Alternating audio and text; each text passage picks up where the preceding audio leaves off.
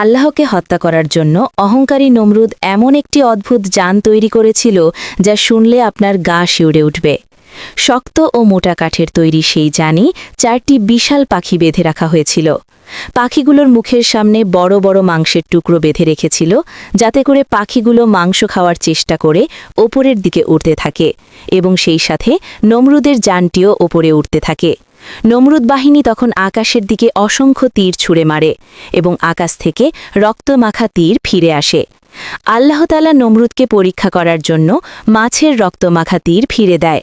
তখন বোকা ও অহংকারী নমরুদ ভাবল সে আল্লাহকে হত্যা করে ফেলেছে। তখন সে উল্লাস করতে শুরু করে। কিছুক্ষণের মধ্যেই লক্ষ লক্ষ মশা এসে নমরুদ বাহিনীকে আক্রমণ করে এবং সবাই সেখানে মারা যায়। তারপর একটি মশা নমরুদের মাথায় ঢুকে পড়ে এবং তার মস্তিষ্কে অনবরত ধ্বংসন করতে থাকে। নমরুদ সেই যন্ত্রণা থেকে বাঁচতে নিজের মাথায় নিজেরই জুতো মারতে থাকে। ধীরে ধীরে মশা তার মগজ খেয়ে ফেলে এবং এভাবেই অহংকারী নমরুদের মৃত্যু হয়।